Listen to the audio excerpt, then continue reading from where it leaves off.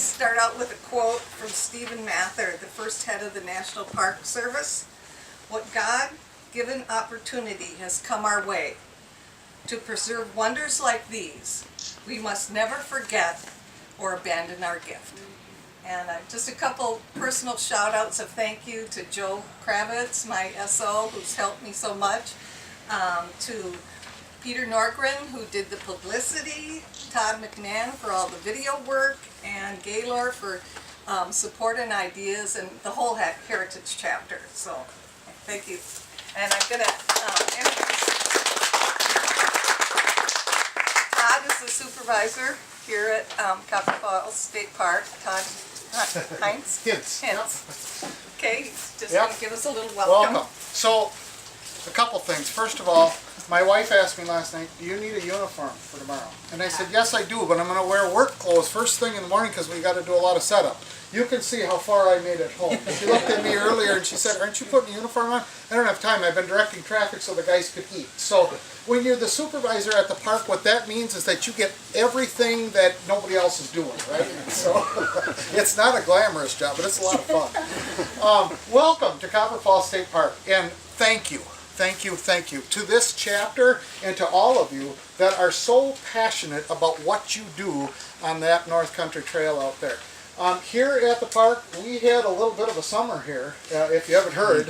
And now they're having the same summer we had in the fall down south again. And on July 11th, we had 14 inches of rain here, and it was crazy for a couple of days. And I spent some time on the phone with Bill and with Mike and with Bethany, and they said, how does our trail look? I said, I don't know, I can't get out of the park. So it was one of those things. Fortunately, right here at the park, we didn't suffer a whole lot of damage. I had 200 people that could not leave, and I had staff that could not get in, so it was me and a couple of volunteers. And they were all kind of scratching their heads wondering why they, one, couldn't go for a hike, and two, couldn't get out of here. So, so we were lucky here as things go. But I'll make this very quick. I just wanted to tell you all, welcome to the park. Make yourselves at home. Enjoy the park today. We have Art in the Park going on, which is an annual event with our Friends group, so it kind of all came together. We are also grateful that Representative Beth Meyers has joined us today. We have dignitaries here as well. All right. So, welcome. Have a great day. Thank you. Thank you. So now we're going to have a little talk from Michael Stafford, our president. He's going to give a few thank yous. And thanks, Bethany. And thank you for all that you did to set this up. Yeah. This is very nice.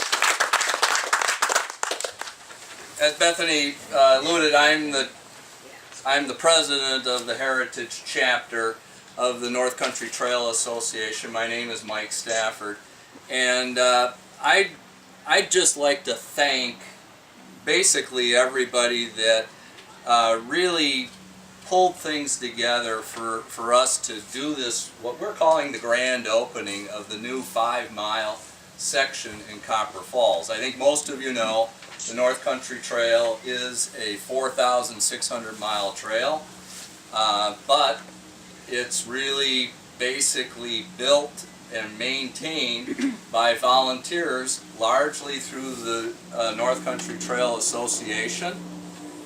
Those people are paid members, they pay some dues, and a lot of them are volunteers who basically build, maintain, promote, and protect the trail. That's the mission of the North Country Trail Association. So, you know, basically we travel here and we build this trail. When this opportunity in Copper Falls came available in 2010, the state of Wisconsin was looking at, and you know, I got to just give some thanks to people who had the foresight to see that they wanted to expand Copper Falls all the way up to the Bad River Indian Reservation and all the way east to Will Road. That opened up the opportunity for us to complete the trail right through Copper Falls. Maybe some of you don't know, but getting the trail through Copper Falls and then out toward Wren Falls was always something sort of you know, how do we do that? Do we go out a road? You know, what is it? Well, once that happened with the state of Wisconsin, and I have to thank the state of Wisconsin primarily for Ben Berge, who was superintendent in the park here ahead of Todd. He was instrumental in working with them to acquire that land, and also instrumental with the state of Wisconsin acquiring rights of easement all the way out to Highway 169.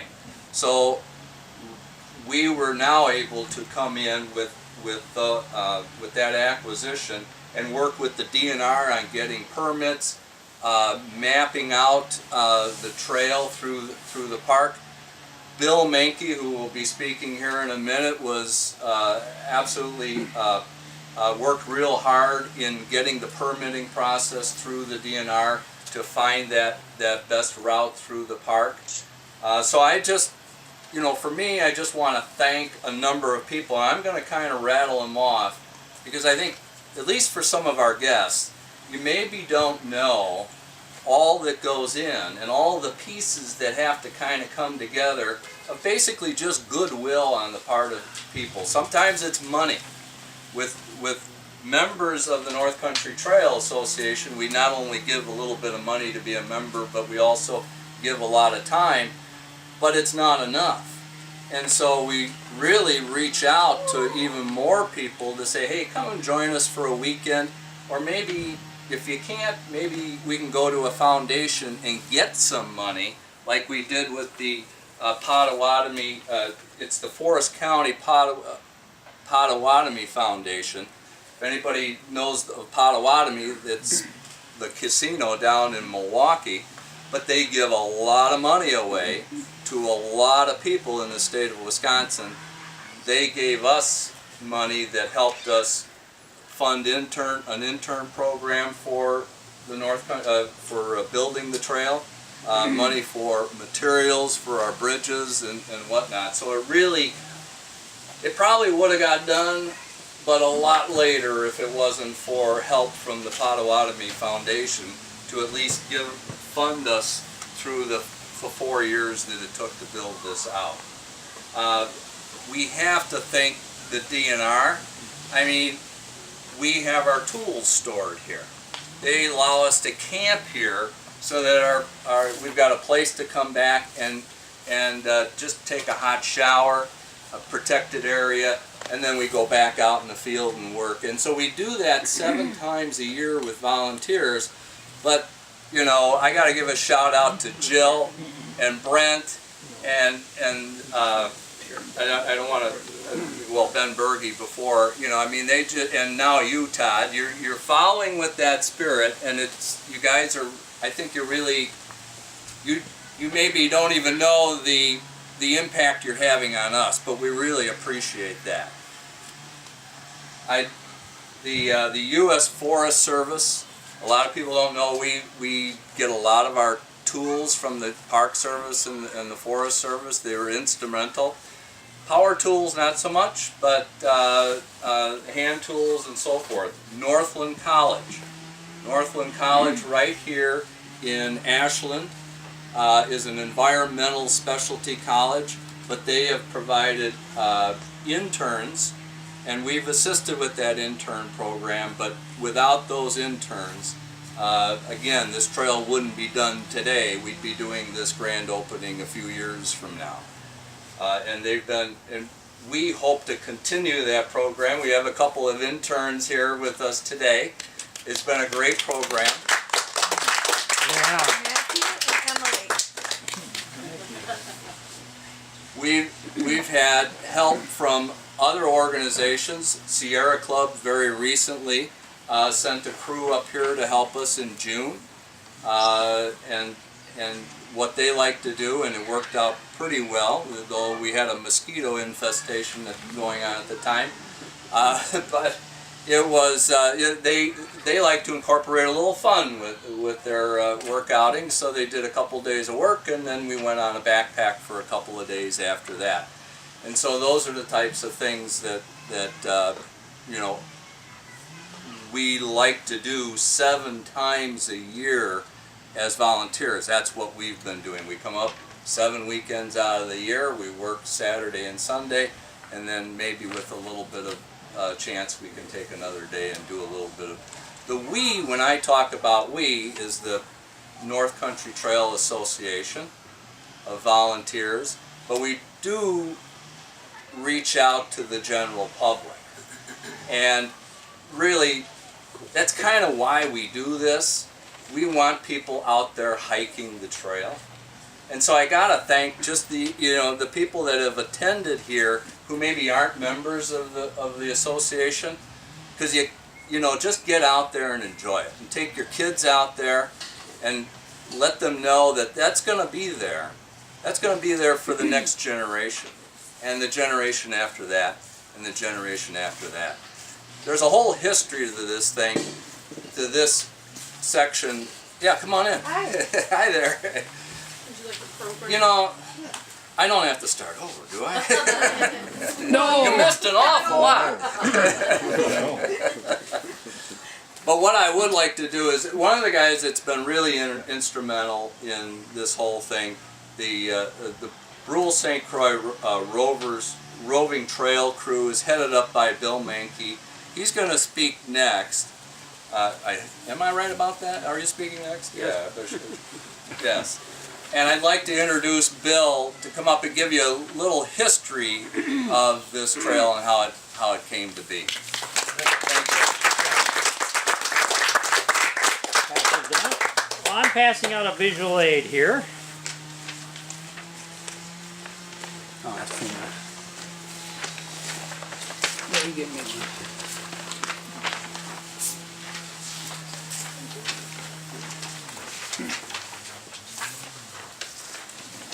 Well, thanks, Mike. Many of you are with us and as members, but many of you are not, so I am going to basically be telling you some history and facts that I hope are most pertinent to the people who are not members of us. As Mike said, my name is Bill Mankey. I'm the Regional Trail Coordinator for the North Country Trail Association, and I cover Wisconsin.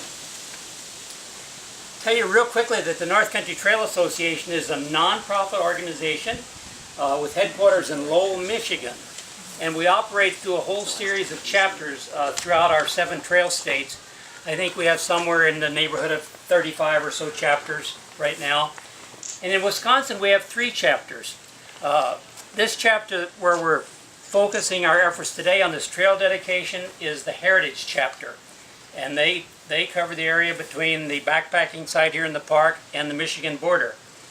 Coming next to the west, and we have some of those chapter members here with us today, is the Chequamegon chapter. So they cover from the backpack site in the park over to Bayfield County A, south of Iron River, and then the Brule St. Croix chapter covers over to the Minnesota border.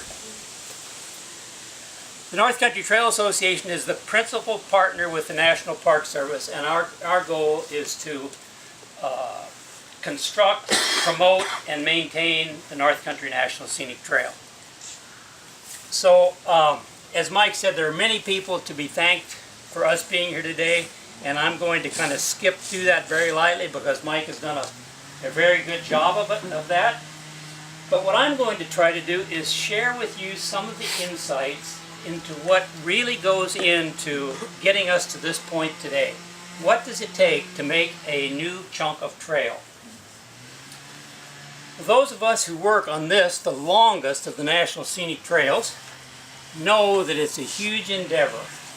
It's far beyond our lifetimes. And we look at it as a very, very long-term project. It requires a lot of patience, fortitude, and it requires a lot of things to fall into place before we can get something like this done.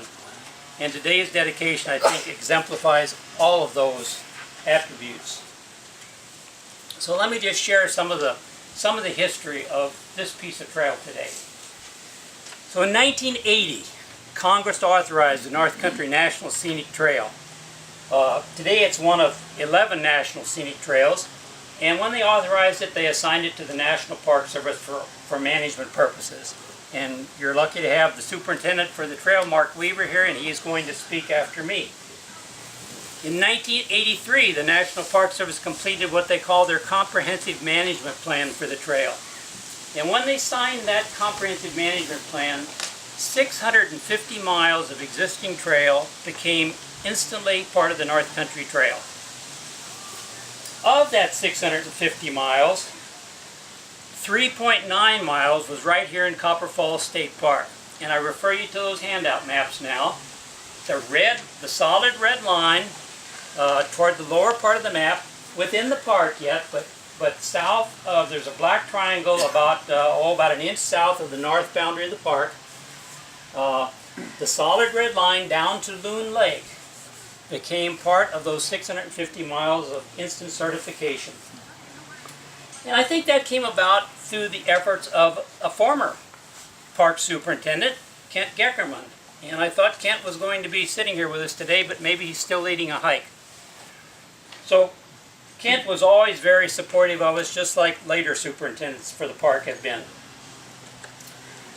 Well, from 1983 until today, those 3.9 miles didn't change a whole lot. They were a dead-end section of trail. You can see that red line just dead-ended out there, that solid red line. And so, while a dead-end trail works very good for a park visitor to go take a casual hike on, or go out for a half a day, it didn't work very good for people who were trying to walk long sections of the North Country Trail, because as they came out of Mellon and came north and east, they either had to walk into the dead end and then retrace their steps and come back out again, or they just skipped the entire park and continued on the road walk to the next section of trail that existed. So if they did that, they obviously missed the very beautiful waterfalls and the rest of the things that this park has to offer. But that condition of dead end basically existed for a third of a century, since 1983 until today. So it was very awkward. Now, it wasn't that any of the partners liked that situation, but there wasn't anything we could do about it. As Mike said, the land that bordered the east and the north side of the park was in private ownership, and we had no permission to cross that land. So we basically couldn't get around the bluffs of the Bad River and continue east. Well, the 8 years since 2009 until today are what I kind of call the modern thrust to get this dead end eliminated. And it's been a huge effort between the DNR, the National Park Service, and the North Country Trail Association.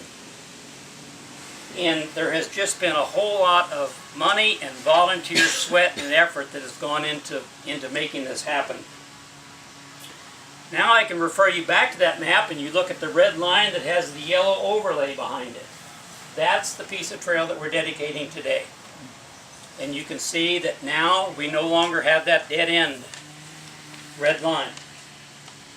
So today we're eliminating that once and for all. And it all kind of began in 2009 when, as Mike said, former Park Superintendent Ben Berge and a DNR real estate specialist named Steve Bade began dealing with Stillen Limited Partnership on this 720 acres of land that abutted the park out here. And they were able to purchase that land from them on a 50-50 cost share basis between the DNR and the National Park Service. So there's a couple more folks to thank, is the real estate people, the DNR, the Park Service for funding, and the Knowles Nelson Stewardship Fund, is where some of that money came from that the state, where the state got their share from. So I think that land purchase was completed in late 2010, I believe. And in 2010 and 11, former park manager Ben Berge and Mike Stafford did some initial scouting of the route, and they marked some waypoints on their GPS, things that they thought that we should try to route the trail past. So they did some of that preliminary stuff. I then got involved in a more intensive manner, and in July of 2011, I spent 3 very hot, humid days out there actually flagging and designing the trail And when you're doing that, you're picking out this foot here or this foot over here and trying to decide, and then flagging it for the construction crew and GPSing the route, which was then turned into Ben for approval and eventual construction. I think that the construction of the trail started pretty soon after that, in late 2011, when the Heritage Chapter began building the tread through the park. And for the next 5 years, through 2015, those hardworking volunteers spent, as Mike said, 5 to 7 weekends per year up here building the tread. And I want to tell you, and I know from experience, that tread construction is the real sweat and labor that goes into this project. So, you know, hot days, bugs, mosquitoes, hard work. Swinging a mattock or a McLeod, it's not particularly a fun thing, but our volunteers are dedicated and they want to see this thing happen. During that time, the chapter also hired 5 to 6 interns from Northland College each year, and they spent $17,500 of chapter-generated funds to do that. Then in October of 2012, the chapter spent another $5,000 of their funds, and they contracted for a week's work by a whisk corps crew. And they had a crew of 6 in here, and they were building trail. And by the end of the week, they built 0.37 miles of trail. Well, that very same week, the Brule St. Croix Roving Trail crew was also here. And backing up, the Brule St. Croix Roving Trail crew is a crew of volunteers. It's under the umbrella of the Brule St. Croix chapter, the Far West chapter. And the crew primarily focuses on building new trail, or when we move over to this area, we primarily focus on building this trail structures like bridges, because we have all of the tools and equipment and skills to do that. So, so the same week that whisk corps was building 0.37 miles, the rovers were building about 0.53 miles. So in total, we got 9/10 of a mile done that week. Now that seems like a lot of trail in a short amount of time, but just think that a typical crew week is 275 to 350 hours of people labor. And so we had 12 to 14 people working full time to get that 9/10 of a mile done. Building the tread isn't the only thing that has to be done, though, to bring about this completion. In December of 2011, all the stream crossings and wet areas were measured so that we could provide input to the DNR to obtain all of the required wetland permits and stream crossing permits. And those finally were on hand sometime in mid-2012, I think, before they were all approved. In the fall of 2013, the roving trail crew came back for a week, and that week we built 420 feet of puncheon boardwalk, just west of Peter's driveway, and if you go on this afternoon hike, you'll see some of that. That section happens to be on the easement that the DNR bought from Plum Creek Timber Company. So there's another piece of the puzzle that had to fall into place. We returned 2 months later with the roving trail crew and built 3 simple bridges at the rate of 1 per day. 2 of them are 36 feet long, the other one was a few feet shorter, but we were able to do 1 per day. But remember, all these weeks and months and years, the Heritage Chapter is still out here crunching away, digging tread.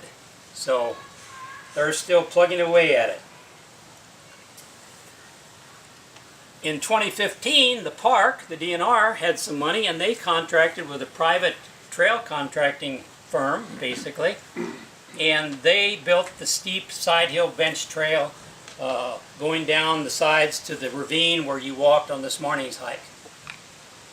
So, and I don't remember exactly what they spent for that in total, but some of the money figures will come up a little bit later. But there's still 2 large bridges to construct, or there were, and in the fall of last year, the roving trail crew built 1 in October and 1 in November. The one in November is at the bottom of that ravine, and every board came down to that ravine on a 200-foot plus long zip line. So that was a really intensive, interesting project. Also one that had some safety factors involved that we had to be constantly on top of. Then the trail had to be signed, and that got accomplished this past May.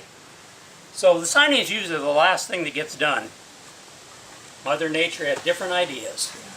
On July 11th, those 13 inches of rain came, and that side hill trail that the park had contracted for slumped away. So we brought the rovers back 2 months this past summer. One of them just ended in September, and we corrected those slumpaways with some fixes, those steps you saw, for instance. It's the only way left that we could choose to do that. Well, now we're finally ready to open this trail. So, and I'm so tickled that this huge project is done. The chapter's persevered through it, and we've had all of this other cooperation. And perhaps you wonder just roughly what does something like this cost? So, by my calculations, the materials and the contracts cost about $54,000. Now, the volunteers put in over 7,600 hours, and at the value that the federal government gives us for that, or how do you say it, attributes us or allocates us, whatever. Estimates. Estimates that the value of a volunteer hour is worth, that's worth right at another $250,000. So in total, the value out there, I say, is somewhere around $304,000 for these 5 miles of trail. $61,000 a mile. So, not near that much outlay, but if you value the volunteer labor, and I certainly do, that's what goes into this effort. I know that's a heck of a recitation of dates and times and figures, but I hope you at least, better appreciate maybe what goes into opening up a piece of trail like this, and please do come back and use it. Thank you. All right. I'm going to take the hat off here. Thank you very much for inviting me here. As I've been joking with folks, I'm stuck in a little office in Lowell, Michigan, which is a wonderful town, with a window that looks into another office. So to get outside once in a while, even though I was complaining every hour, God, it's 10 hours of driving, worth every moment of it here. Who went on the hike this morning? Hell of a good time, wasn't it? It was a great hike, and I'll pay for it tonight. I'm sure all the rest of you will too. But it was a great hike. So thank you for providing the company for me on the hike. It was a lot of fun, and thank you for coming. Really appreciate it, Ms. Meyers. And Bill Menke, I got a shout out to Bill. Bill, I love you, man. No, I really do. I admire your work. Don't give him a hug. Yeah, but you do such a wonderful job out here, and I hope you know it's appreciated by all of us in Lowell, because it really truly is. And the work that the chapters do, Bethany and your team, and Mike, I'm in awe. And the thing that the big umbrella on-ness of all of this is the fact that we do have 30 to 35 chapters up and down the trail, 1,000 volunteers doing cool stuff along 4,600 miles of trail from the New York-Vermont border for you. So we're going through the Adirondacks, the Finger Lakes, Hocking Hills in Ohio, and backing up the beautiful mountains in Pennsylvania. When you're at the bottom of the trail in Ohio, when there are no leaves on the trail or on the trees, you can see the Ohio River, so they say. You can swing north, go up through Michigan, which is as beautiful. I'm a little biased, but Wisconsin's my second home, as beautiful as Wisconsin. Go through the Pictured Rocks, through the Porcupine Mountains, into Wisconsin, to Copper Falls, into Minnesota, Lake Itasca State Park, into North Dakota. And North Dakota, who has never been to North Dakota? Okay, the rest of you have been to North Dakota? Wow, that's great. My first time was just recently, and it shattered all my preconceptions. It's a really cool state, and you need to get out there, Matt. Okay. So we've got this wonderful trail, again, 4,600 miles, 165 distinct public land entities that we go through that theoretically we should have formal agreements with, but there's no way to ever get there, 114 counties, it's overwhelming. And the only way it gets done is through the volunteers in the local chapters making the local human-to-human relationships work. So, this is an excellent example, and I haven't even started about talking about my topic here yet. So, I will stop by saying thank you all for being here. This is actually sort of the trifecta right now. This is North Country National Scenic Trail Day. It is National Public Lands Day, and last month it was the centennial of the National Park Service. So, 100 years ago, well, let's back up even a little more, and I'm going to do my own twist on history, which may or may not be correct, but it's entertaining, okay? And that is that, you know, people were discovering really cool land out west, and they said, we need to save that. So in 1864, was that the right? Yeah, they protected Yosemite. In 74, they protected Yellowstone. And the third place they protected, Mackinac National Park. And then it became a state park. Okay, sometimes you get it and they take it away. Casa Grande Ruins, Sequoia National Park. And this was all before the National Park Service existed. In 1906, they had the Antiquities Act that protected a lot of the ruins across the country. But then in 1916, they said, you know, we've got sort of a backlog of all these public lands that we've been protecting. We need to have somebody to blame for that, so let's establish it and have a director. And so Stephen Mather came on, 1916. I don't know if he came in exactly at that time. But the National Park Service was established in 1916. And since then, up to today, we've got 409 national park units. And there's some bureaucracy distinctions which we won't get into.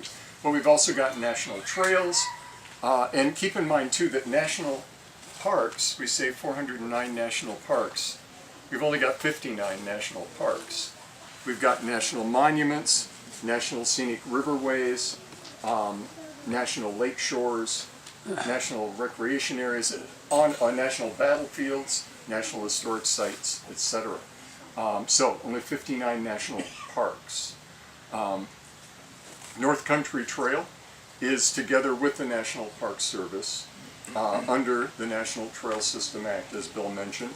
There's 11 national scenic trails, and is it 19 historic trails? Might be. Yeah, it seems like a lot more on the map. The lines are just all over the place. But 6 are administered by the Park Service, and the remainder are administered by the Forest Service and BLM in some cases. So we have all these wonderful public lands and trails. Some are fully protected. In the case of North Country Trail, the trail itself is not, quote, fully protected because it exists through a series of partnerships up and down the trail, like the one that you've got here at Copper Falls. And just multiply that by a lot, and you'll get an idea of what's necessary to keep the trail intact. Let's see. I think that's about the full extent of my presentation. It is 100 years since the National Park Service came to be. And like I say, 409 units right now, plus all the other components, really represents a wonderful, wonderful contribution, not only to our country, but really across the world, in terms of protecting land that collectively we feel is important to protect. And not just important to protect, but also important to protect from ourselves, because greed and economics and all that other stuff is constant pressure upon the most cherished stuff. Nobody's going to fight you for the stuff that nobody wants. And the fact that we understand this state park and those national parks are cherished and appreciated by all of us means that we really have to ensure that those properties, those lands are protected for the public for the long term. So I fully encourage you to become active one way or the other to help protect our public lands, state lands, federal lands, trails, and one great way to do that is to join one of the 2 chapters here of North Country Trail Association. I'm sure they have some application forms if you're so inclined. So if you have any questions, otherwise I'll go sit down and let Bethany take over again. So thank you. The next work weekend's October 8th. Anyway, I want to introduce Beth Meyers from our representative for the area, and she's going to say a few words, and we're so happy she could come.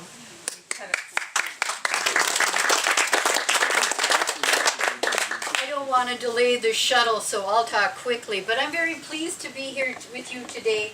I have been invited to several trail openings in my short tenure, usually with the Secretary of Tourism.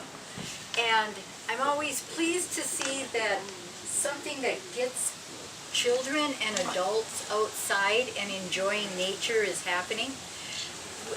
You talked about the price, even with the in-kind money of increasing the length of the trail, but it really is priceless.